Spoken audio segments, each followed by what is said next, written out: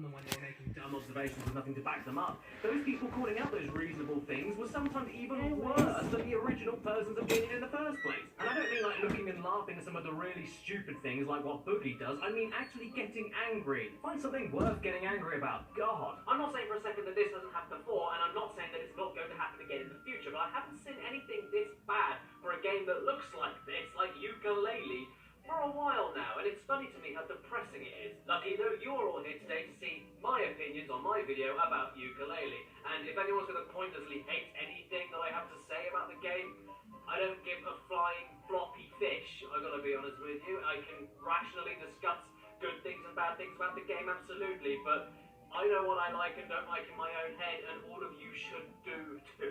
That being said though, did I enjoy Yooka-Laylee after all of this controversy and hype on both the good and awful spectrums?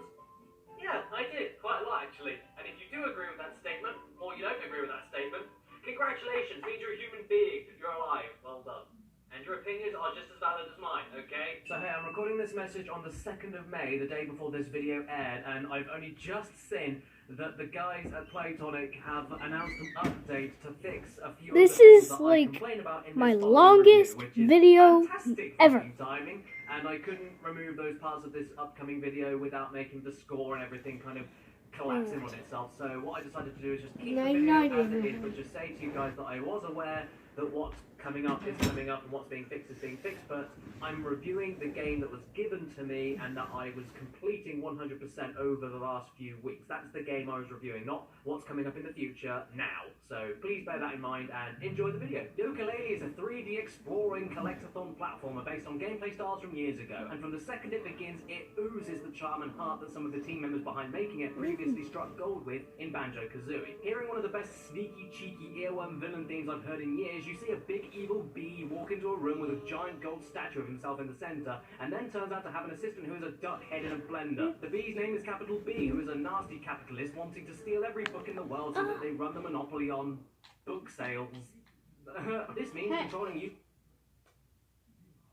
The pages. Yooka and his best friend Laylee, you must retrieve your book that was stolen by the pesky bee. Retrieve the near 150 pages that book contained and stop Capital B rewriting the world with that level of book power. Believe it or not though, I am not a fan of Banjo-Kazooie, not at all. I played about 2 hours of it a few years back and just didn't like it. But even with that initial time I did, I immediately adored the music, characters, writing, presentation, dark wit and silly self-aware humour drenched in its confident exterior. It's unforgettable and lovable to me even though it wasn't a game I enjoyed too much, and the fact it resonates this same exact effect in Yooka-Laylee and only gets better as the game goes on speaks volumes to me about how much love went into it, especially considering that I am not a Banjo fan and didn't even back this game in the first place. I fell in love with this world instantly, and I mean every aspect of it, from its presentation and story elements alone, despite the fact it begins with that classic Banjo dialogue.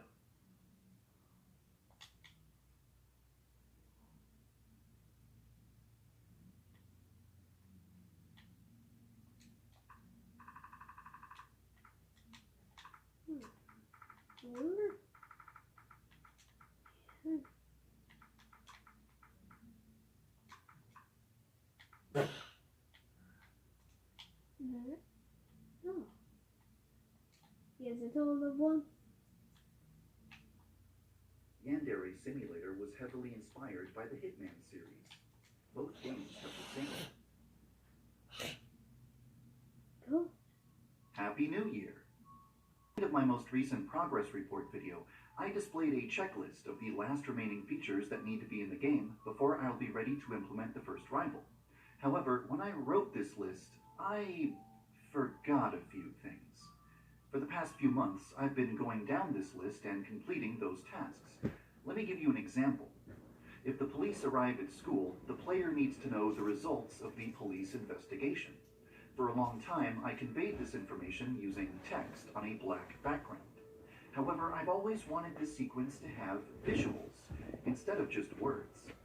Around 2 months ago, I finally got around to it, and now the police investigation sequence has 3D models and animations.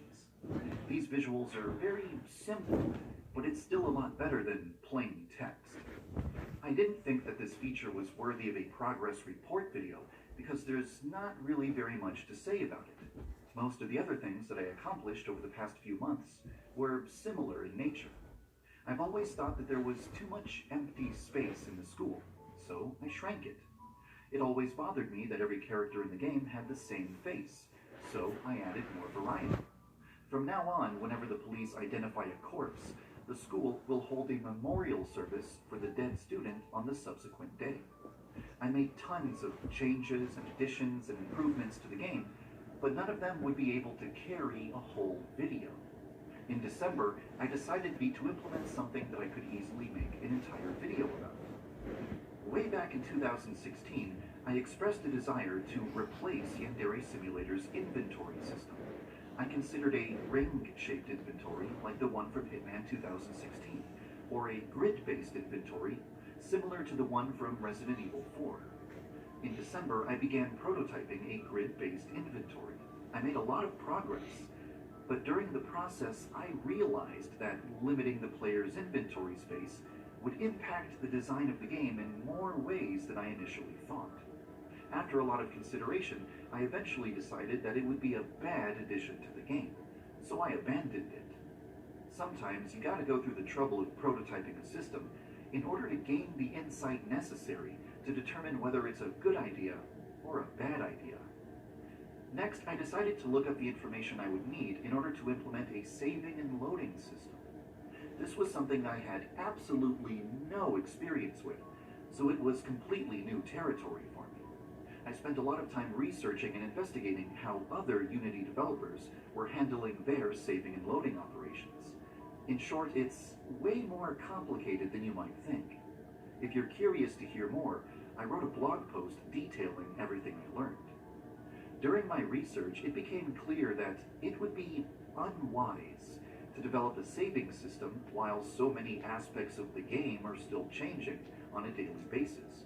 If I implement a save system now, I'd have to constantly update it every time I add or change something in the game. I realized that I should postpone the save system until after Osana has been implemented. However, I still wanted to test the knowledge that I had gained. I wanted to confirm that I could record the state. Yeah, it's a good game. I'm saying, guys, I've realized this is the longest video I ever